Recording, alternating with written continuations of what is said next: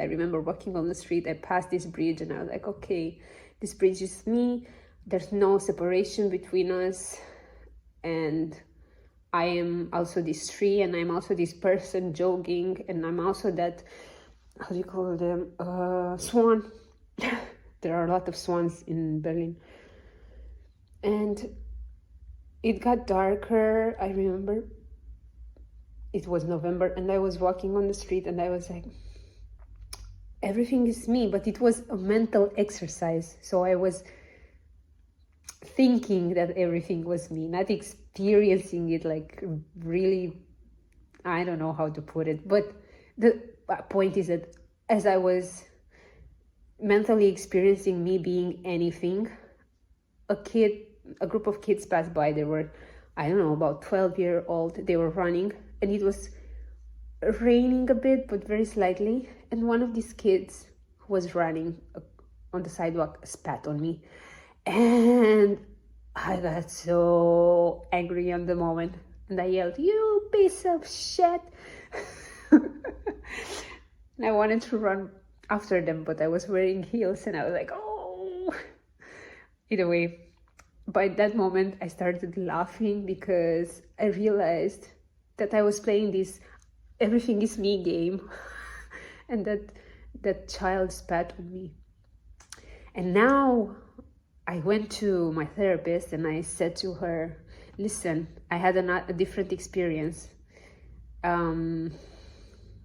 My therapist, which is not my therapist anymore, I had a different experience, not where I would play mentally this game of trying to recognize myself into all of creation or my surroundings. I had a psychological moment where pieces of the puzzle just got put together, and I didn't force it. It just came to me, and I also put it on paper, and I brought my notebook to that session, and I told her that I realized very clearly, at least with my ex-boyfriend, with my ex-relationship, that he was asking what I couldn't ask. He was asking for attention and affection, and I needed attention and affection, but I couldn't ask for it because for me this would be like, or at that point it would have been very shameful and not something you can ever ask for someone. It's just something that you can receive at some point if you offer enough of your attention and your affection. And I was like, this person is asking me for attention and affection, and I gave them to themselves because I needed attention and affection, and I gave them what I needed so that I would receive it. And so in that sense, I was experiencing myself.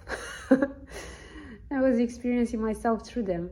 And I also thought about this monologue I know it was talked a lot about it, this monologue in White Lotus when the character Sam Rockwell impersonates was saying that they went to Asia and they slept with many Asian girls, and in the end they realized they wanted to be an Asian girl, to experience themselves as an Asian girl.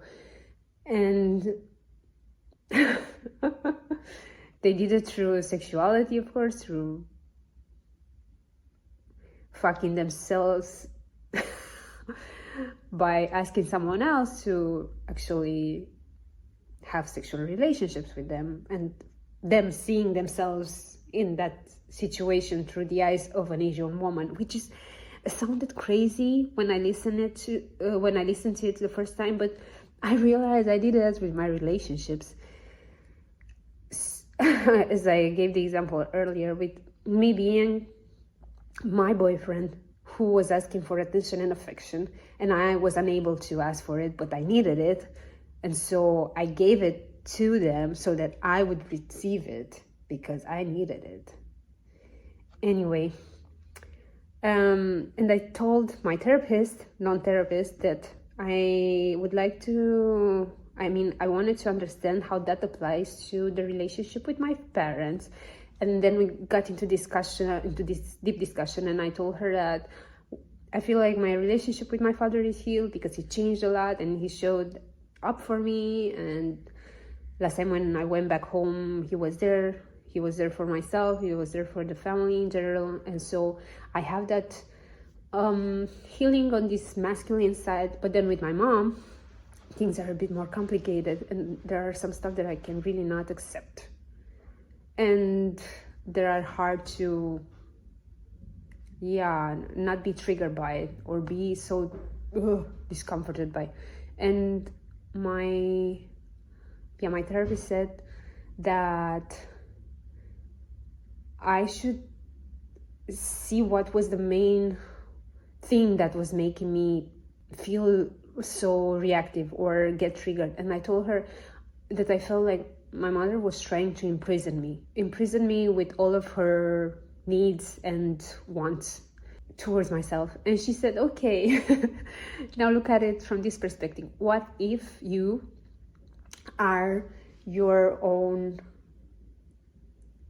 mother for yourself? What if you, Sonia, are a person who is capturing you and is demanding emotionally and seems distasteful to you, that you would want so much from yourself? and I was like, oh man, I see what you're doing. And she was talking about this attachment to the person, which we all have.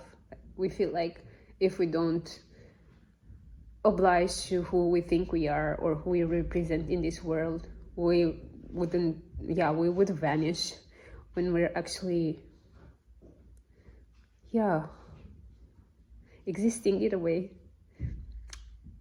But I have to sit with it, because of course I realize that everything that annoys me or triggers me in the outside, or even makes me happy on the outside, is something that I have integrated in myself or disintegrated, that I reconciled with or that I haven't. So I will just let it sit a bit with me. And before that, I will shuffle some cards.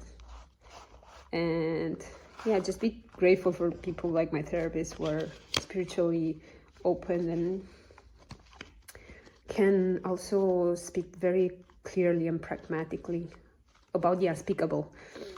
And now I'm gonna shuffle.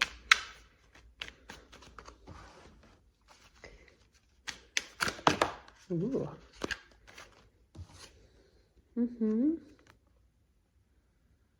Four of Cups.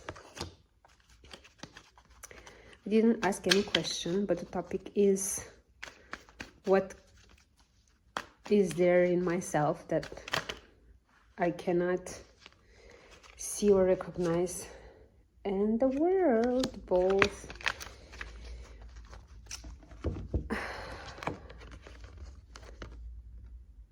They are both upright.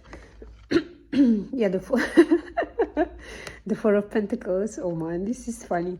The Four of Pentacles is exactly me focusing on something on the three cups in my front and not seeing the cup from the sky that is dangling there in the front. So I have to still discover what is this emotional gift that I'm receiving and that I'm not being aware of, or I'm focusing what's missing than what's being given. Okay, makes sense. Remains to be discovered what this is, and just move a bit the focus. And then the other one is Wheel of Fortune. Okay, I always like this Anubis, this god, Egyptian god, holding the whole wheel. It seems like they are moving the wheel, you know? The wheel is not just moving by itself, it's moved by this god, which looks like the devil from Two Stupid Dogs.